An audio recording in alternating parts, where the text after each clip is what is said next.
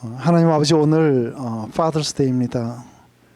하나님이 우리에게 생명의 근원이 되는 그 아버지를 우리가 기리며 또 우리에게 아버지 주신 것을 갖다가 셀러브레이트하는 그날입니다. 하나님 모든 족속에게 이름을 주신 우리 하나님 아버지 앞에 우리가 나아가서 오늘 하나님이 우리의 아버지 되심을 우리가 마음껏 셀러브레이트 하기를 원합니다. 하나님, 오늘 요한복음 11장을 통해서 아버지께서 우리에게 나눠주신 영원한 그런 선물이 뭔지 그것을 함께 같이 숙고하고 그 안에서 하나님 얼마나 좋은 분이신지 우리 함께 같이 셀러브레이트 할 수 있는 귀한 시간 될 수 있도록 인도하시옵소서. 예수님의 이름으로 기도드립니다. 아멘.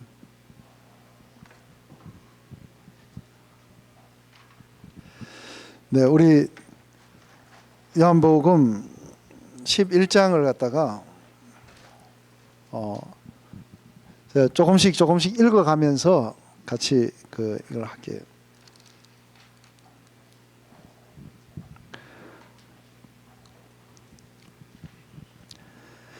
어떤 병자가 있으니 이는 마리아와 그 형제 마르다 촌 베다니에 사는 나사로라.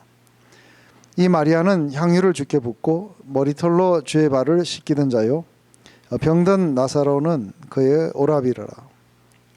이에 그 너희들이 예수께 사람을 보내어 가로되 주여 보시옵소서, 사랑하시는 자가 병들었나이다 하니, 예수께서 들으시고 가라사대 이 병은 죽을 병이 아니라 하나님의 영광을 위함이요 또 하나님의 아들로 이로 인하여 영광을 얻게 하려 함이리라 하시더라.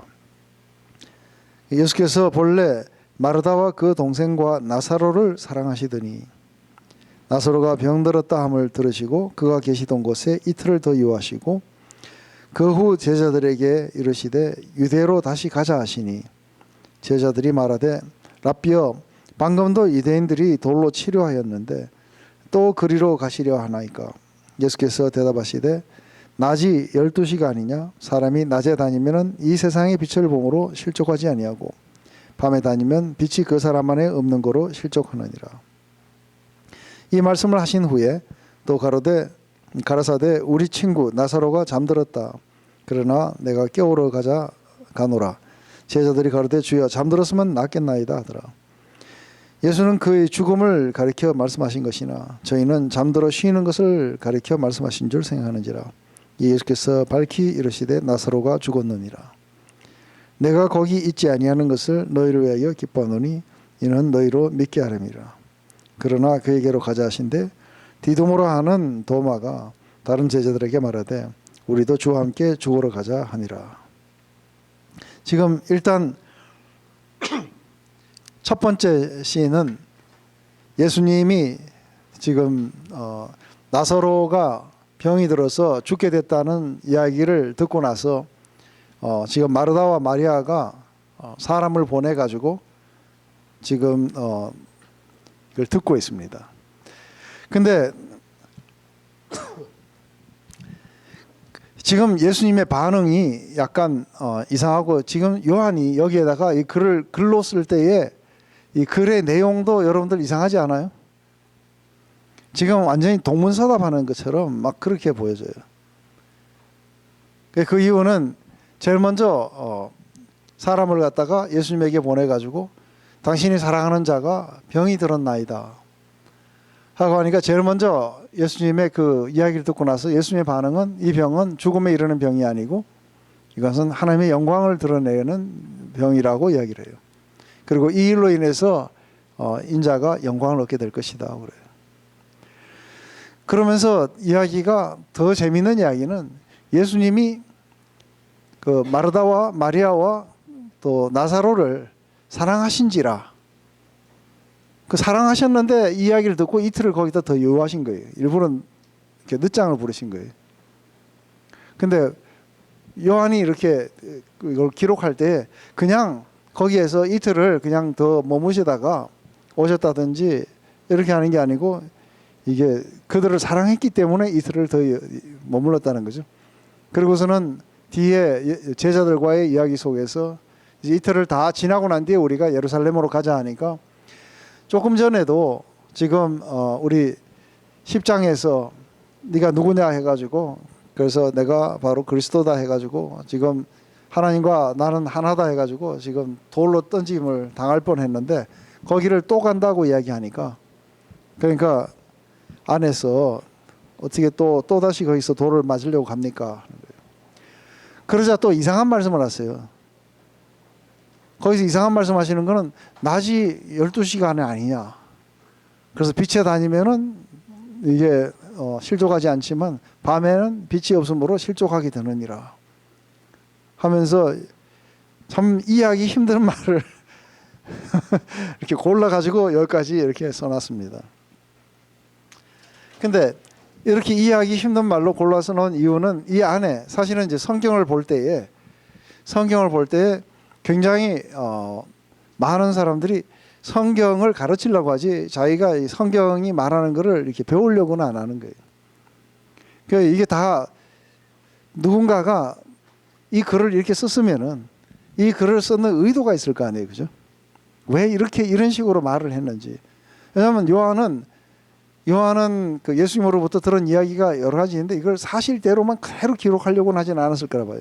자기가 들은 이야기 중에서 어떤 것들이 굉장히 중요하기 때문에 이걸 썼고 또 예수님이 거기 그들을 사랑했기 때문에 이틀을 더 유예했다.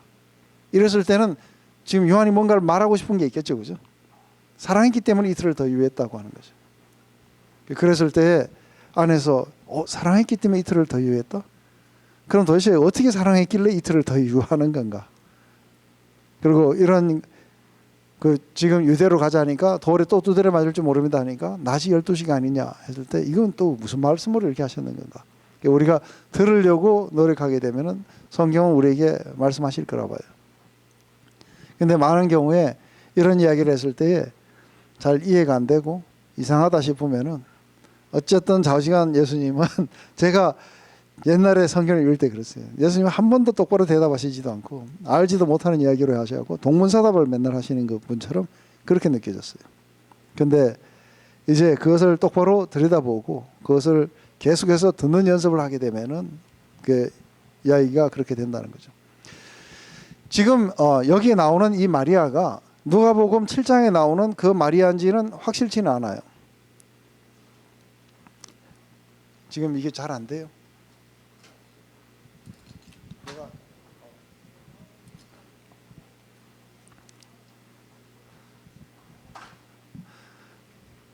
근데 이게 확실하진 않아요. 근데 분명한 거는 이 마리아가 향유를 붓고 그러고서는 그 머리털로 그 발을 닦았다고 하는 걸 보니까 이 마리아 왜냐하면 같은 또 베다니에 살아요. 그래서 이 마리아가 그 마리아인가 하고 이렇게 생각이 들지 몰라요, 그죠? 근데 어쨌든 한 가지 분명한 거는 이게 베단이라는 곳이 올리브산 그 이렇게 동쪽 편에 있기 때문에 약 한 오리 정도 된다 그러면 이게 오리가 몇 킬로죠? 네? 2킬로요? 네, 2킬로 정도죠, 그죠? 한 오리 예루살렘에서 오리 정도 된다니까 한 2킬로 정도 된다니까 사실은 가 보면 우리가 생각했던 것보다 예루살렘이나 이스라엘을 가보면 우리가 생각했던 것보다 훨씬 작아요. 예, 다 규모가 우리는 이만하지 않겠느냐 이렇게 생각했는데 가보면 다 요만해요. 마치 옛날에 우리 할아버지 집에 갔는 거하고 똑같아요. 할아버지에 가보면 그 마당이 어떻게 뛰어놀아도 그렇게 넓었는데 지금 가보면 여기서 그 모든 놀이를 다 했나 싶을 정도로 작듯이 예루살렘 다 작아요. 근데 예루살렘 성 안에는 유할 곳이 많이 없어요. 그러다 보니까 거의 대부분 예수님이 갈릴리에서 내려오시면 요단강을 타고 쭉 내려오셔가지고 여리고를 통해갖고 이렇게 유대 광야를 통해갖고 올라가고 제일 먼저 예루살렘 도착하기 전에 나타나는 동네가 이게 베단인 거예요. 그래서 보면은 행로에 지쳐갖고 주로 가셨던 곳이 이 집이에요. 그래서 마르다는 막 예수님을 대접하려고 막 그렇게 하는데 마르다는 앉아가지고 예수님 발 앞에 앉아 있었다든지 하는 그 이야기들이 있는 거예요. 근데 안에서 굉장히 예수님이 이렇게 사랑하셨다는 그런 어떤 컨피던스가 있어 놓으니까 당신이 사랑하는 자가 병들었나이다 하고 이야기했을 때 이게 이제 여러분들 그 요 전에 나왔던 게 지금 요한복음 지금까지 모든 과정들은 다 어떤 그 절기를 있느냐에 따라서 그 절기가 의미하는 말을 갖다가 이야기한다 그랬어요, 그죠? 여태까지는 6월절이나 장막절이나 이런 게 있었는데 지금 무슨 절이에요? 수전절이에요, 그죠? 수전절은 철저하게 3년 반 동안 이게 안티오쿠스 에파프네스에 의해서 이게 성전이 지배를 당하고 그리고서는 더 이상 예배를 못 드리게 된 거죠. 그러다가 마케베우스 반란으로 인해서 3년 반 동안 게릴라전을 벌치고 그리고 마침내 성전이 재봉헌된 그것을 갖다가 이 수전절 또는 봉헌절이라고 그렇게 얘기합니다. 근데 안에서 오늘은 이게 이제 부활에 대한 이야기예요, 그죠? 그래서 내가 부활이고 생명이다고 하시는 그 이야기를 하시려고 지금 이렇게 하시는 거예요.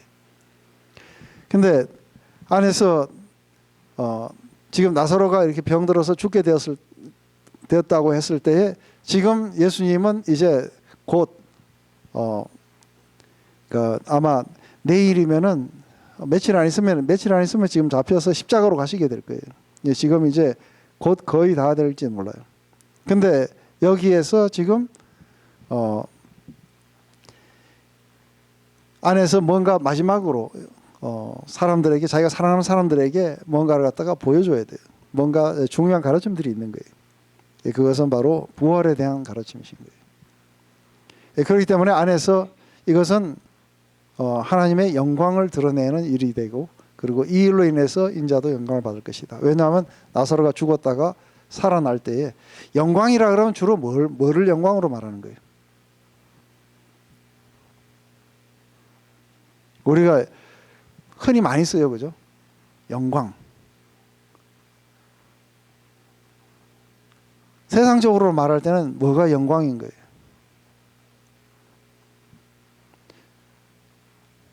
제일 먼저 우리가 그 로마 제국의 영광이라 그러면 어떤 게 있어요? 상상도 못할 정도의 어마어마한 신전들이 있다든지 아니면은 그 어마어마한 그런 강력한 군대들이 그 앞으로 갔다가 행진해 갈 때에 그걸 보면 거의 사람들이 봤을 때 완전히 그 안에서 감탄을 그러니까 금치 못하는 그러한 모습으로 지나간다든지 하는 이런 것들을 보면 전부 다 영광이에요, 그죠? 그 안에 파워들이 나타나고 그 안에 굉장히 아름다움들이 나타나는 거예요. 그러니까 안에서 아름다움들과 파워들과 이런 것들이 이 드러나는 것을 갖다가 영광이라 그래요. 근데 너희가 이것은 나사로가 죽는 것은 그냥 이렇게 병들었다가 고쳐지는 그 이야기가 아니고 이것은 하나님의 그런 영광이 드러나게 될 거다 했을 때는 하나님의 파워와 그리고 하나님의 선하심이 그 안에서 드러나게 될 거라고 이야기하시는 거죠. 근데 그걸 하게 하시는 분이 누구냐면 바로 예수님이세요, 그죠? 그래서 인자가 이것을 인해서 또 영광을 얻게 될 것이라는 거예요. 사람들은 굉장히 이제 예수님을 바라보면서 엄청난 충격에 휩싸이게 될 거라는 거죠. 근데 예수님이 이들을 사랑하셨기 때문에 이 세 남매를 갖다가 사랑하셨기 때문에 이틀을 더 거기에 유하셨다 그래요. 그것도 상당히 또 재밌는 말이에요. 예수님이 사랑하셨으면은 지금 마르다나 마리아나 아니면 주위의 사람들도 전부 다 하는 이야기가 뭐예요? 뒤에 가면 계속해서 하는 이야기가 예수님이 여기 계셨더라면은 나사로가 죽지 않았을 거라고 이야기를 계속하는 거예요. 사랑하셨으면 빨리 와서 고쳐주셔야지. 거기서 이틀 동안 꾸물럭거리는 게 뭘 사랑하는 것입니까? 하는 거죠. 그런데 예수님이 정말로 사랑하셨다는 의미는 자기가 사랑하는 자들에게 안에서 뭘 보여주기를 원하시는 거예요? 그냥 병든 걸 갖다가 순간적으로 고쳐주는 게 아니라 이걸 통해서 하나님의 파워와 하나님의 선하심과 하나님의 영광을 보여주시기를 원하는 거예요. 그걸로 말미암아 이들의 삶 속에는 굉장한 변화가 일어나게 될 거라는 거예요. 맞습니까? 만약에 제가 오늘 갑자기 죽은 사람을 여러분들 앞에서 나사로야 일어나라 하고 와 그러고 수군을 동인 채 나오면은 여기는 완전히 경악해요. 맞아요? 오늘 이걸 본 사람들은 절대로 평생 동안 잊지 못할 그런 충격적인 사건을 여러분들은 보게 돼요. 그 속에서 뭘 보게 되느냐 하면은 바로 예수님의 영광이 뭔지, 그분의 파워가 뭔지, 그리고 그분은 도대체 어떤 분이신지를 갖다가 이게 보게 되면은 아주 지금까지 알았던 그 예수님하고는 다른 거예요. 지금까지 알았던 예수님은 누구였어요? 오며 가며 들려가지고 식사하시고 가시고, 그리고 죄 지은 자기를 갖다가 용서해 주셨어. 그래, 다시는 죄 짓지 마라 하고 우리를 용서해 주시고 품어주시는 이 하나님만 봤어요. 근데 자기를 사랑하는 자에게 정말로 보여주고 싶은 건 뭐예요? 지금까지 보여준 거는 예고편인 거예요. 십자가의 사건, 이거는 굉장히 중요한 거예요. 그죠? 근데 십자가의 사건만큼 중요한 사건이 부활의 사건이에요. 만약에 부활이 십자가만큼 중요하게 다뤄지지 않으면 우리는 죄의 용서함밖에 없는 거예요. 우리의 기독교라는 것은 그래서 죄진 영혼들이 용서함을 받는 것으로 끝이 나는 거예요. 그런데 사도 바울은 어떻게든지 바로 그 부활의 삶에 동참하기를 자기는 소원했다고 이야기해요. 그런데 앞으로 이제 이 부활에 대해서 조금 더 그렇게 이야기가 나올 거예요. 그렇기 때문에 이틀을 더 머무르셨던 건 베드로란다. 나사로가 확실히 죽어야 돼요. 맞아요. 죽어야 이게 영광이 나타나지. 안 죽으면 안 되니까 할 수 없이 이틀 동안 꾸물럭거리셔야 돼요. 사랑하셨기 때문에 꾸물럭거리셔요. 그러니까 안에서 응답이 더디거나 이런 모든 것들도 다 사랑하시기 때문에 오는 거예요. 맞아요? 그 안에 지금 그들이 상상도 못하는 커다란 선물을 가지고 지금 가시는 거예요. 그러고 나서 이제는 가자 하니까 돌로 두드려 맞을 거라는 거죠. 그때 안에서 예수님이 하시는 낮이 12시간이 아니냐 하는 거예요. 이것은 유대인들은 밤과 낮을 갖다가 동일하게 12시간 낮아갖고 이 낮에는 일을 할 수 있고 밤에는 깜깜하니까 일을 못해요. 그죠? 예수님이 항상 하신 말씀이 뭐냐면 낮에 다니면 실족해서 넘어지지 않을 거라고. 근데 낮 동안은 일을 해야 되고 그리고 밤이 오면은 일을 할 수가 없게 될 것이다. 그죠? 곧 밤이 와요. 이젠 예수님이 십자가에서 못 박혀 돌아가시면서 더 이상의 이런 것들을 보여주실 수는 없어요. 그런데 아직은 뭐예요? 아직은 낮인 거예요. 여전히 아버지께서로부터 받은 이거 해야 될 일들이 있는 거예요. 이걸 하는 동안은 예수님은 하나님에 의해서 보호될 거라는 거예요. 밤에는 이게 안 일어나게 될 거라는 거예요. 그렇기 때문에 그것도 마지막에 죽으시는 타임도 누가 정하시는 거예요? 그것도 하나님이 정하시는 거예요. 그리고 죽으시는 방법도 하나님이 정하시고, 본디오 빌라도에게 이렇게 갔을 때 그럽니다. 내가 그런 걸 할 수 없느냐니까 위에서부터 고난이 주어지지 않으면 너는 내 털끝 하나 건드릴 수가 없다는 거예요. 철저하게 모든 것들이 하나님의 컨트롤 안에서 일어난다는 걸 아는 거예요. 그러니까 두려워하지 말고 가자. 하니까 이제 나중에 이게 도마를 연구할 때도 상당히 재밌어요. 도마는 하여간 이게 이해도 더디고 또 내가 안 보면은 그죠? 손가락을 안 집어넣으면 못 믿겠다 하고 이런 사람이에요. 제자 중에 그런 사람이 있다는 거는 우리한테 굉장히 큰 위안이 돼요. 저는 제자들 중에서 도마하고 베드로하고가 제일 위안이 돼요. 베드로는 자기 주님을 갖다 부인도 했고 실패도 했어요. 그죠? 그거 보면 저런 사람도 될 수 있는데 뭐 내가 못 되겠나 싶기도 하고 도마처럼 이렇게 얼떨리었어요. 그러니까 우리가 이제 우리 친구 만나러 가자 하니까 우리 죽으러 가자 하고 그러는 거예요. 사도 요한이 왜 이걸 기록했는지 확실히는 잘 모르겠어요. 그러면서 14절에 나사로가 죽었다고 확실히 이야기하시면서 내가 거기 있지 않은 것을 너희를 위해서 기뻐하는 것은 이제 너희가 부활에 대해서 믿게 될 거라는 거예요.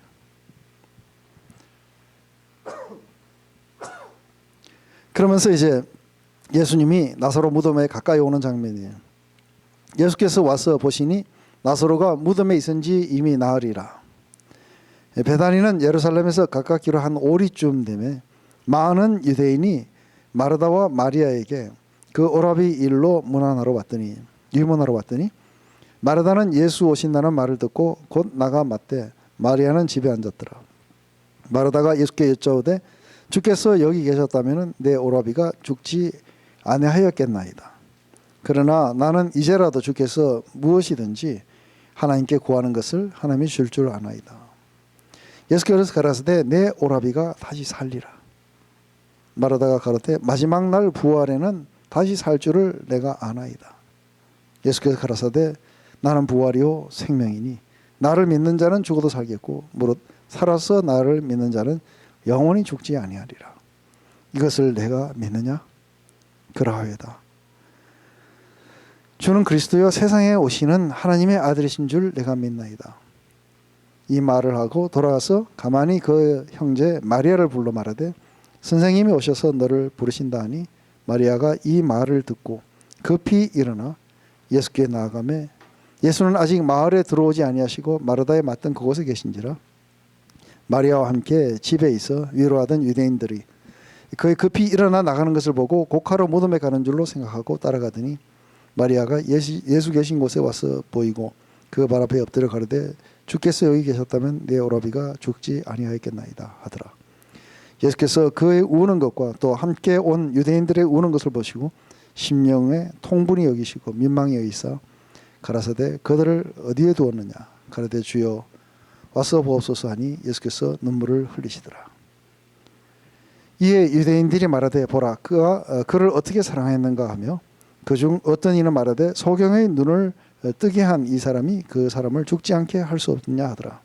예수께서 다시 속으로 통분히 여기시며 무덤 가까이 가시니 무덤이 굴이라 돌로 막았거늘 예수께서 가라사대 돌을 옮겨 넣으라 하니 죽은 자의 누이 마르다가 가로되 주여 죽은 지가 나흘이 됐으며 벌써 냄새가 나나이다.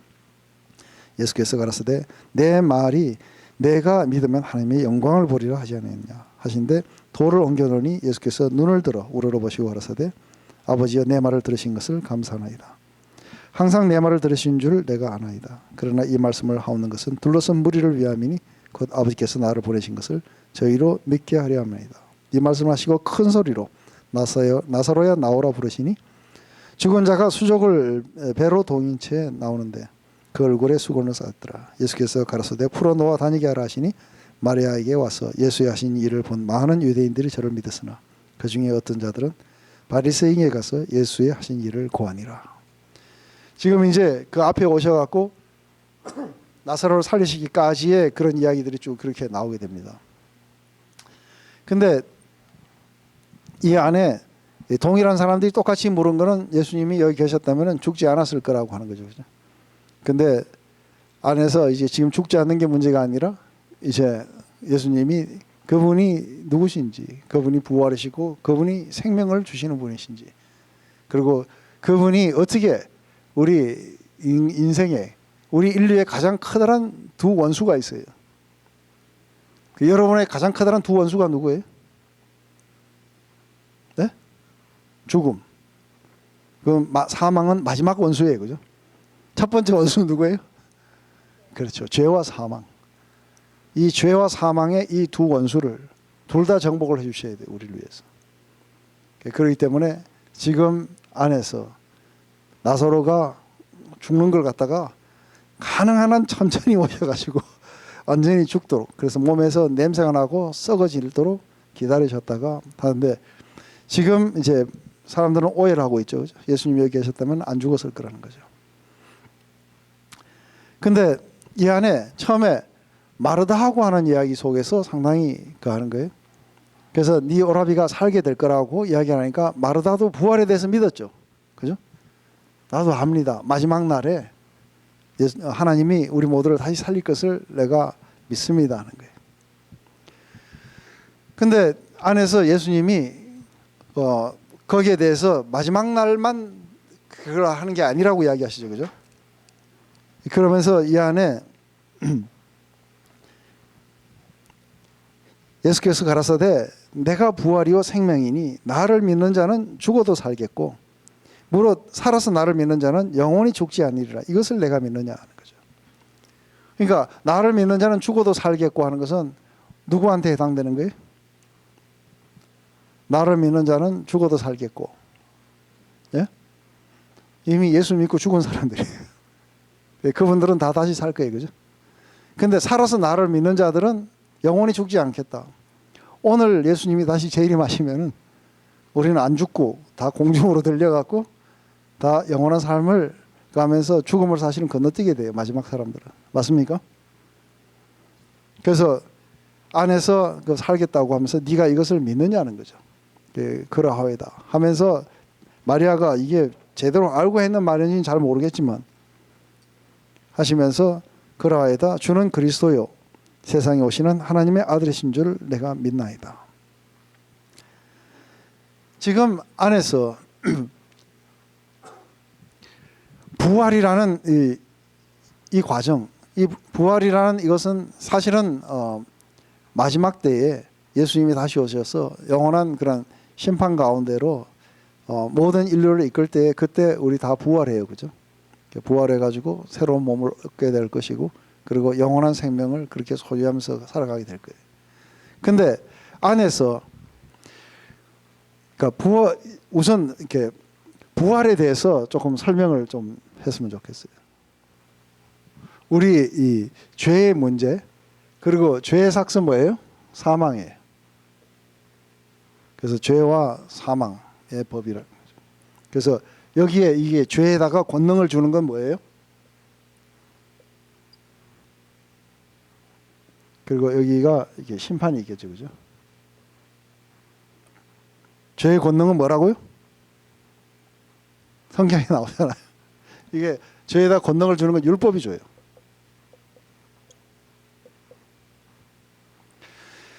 근데 안에서 실제로 이게 죄가 사해지는 과정 속에서 우선 죄가 용서함을 받아야 되겠죠, 그죠?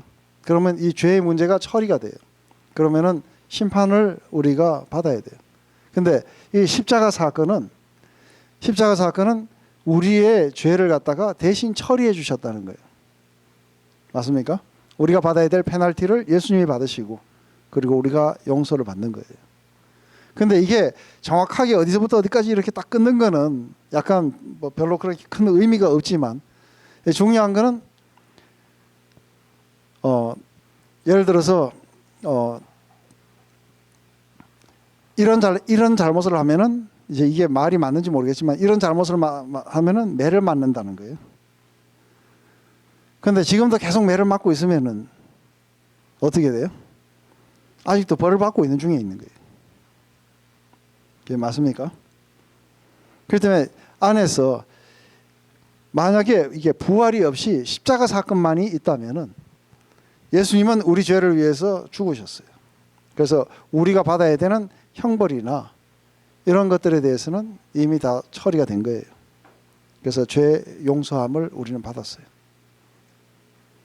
근데 죄 용서함을 이게 우리의 삶 안에는 우리가 이게 제로고 마이너스로 말미암아 우리가 받았던 것들에 대해서 우리가 면제를 받는 것은 예수님의 십자가를 통해서 가겠지만 그렇다면 이 뒤에 오는 영광스러운 더해지는 것들은 그러면 이게 뭘로 오는 거예요? 예. 그것은 실제적으로 이게 끝나야 돼요. 예수님이 우리의 구주세요. 그죠? 예수님이 우리의 구주신데 지금 죽어 계신 거예요. 지금 죽어 계시면은 우리한테 성령을 보내시기는 약속도 전부 다 헛거고 뭐예요? 우리를 마지막 날 데리고 오시겠다는 그것도 다 헛거예요. 부활이 없으면은 우리는 아직도 여전히 죄 가운데 살 거라고 이 사도 바울이 그렇게 얘기해요. 몇 장에 그래요? 고린도전서 15장에 그렇게 얘기하는 거예요.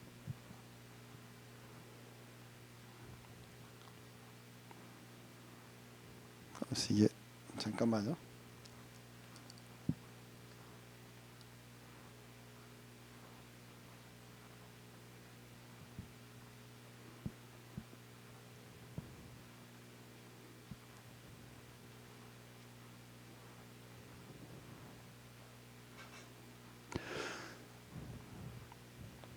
여러분도 영원히 살고 싶죠, 그죠?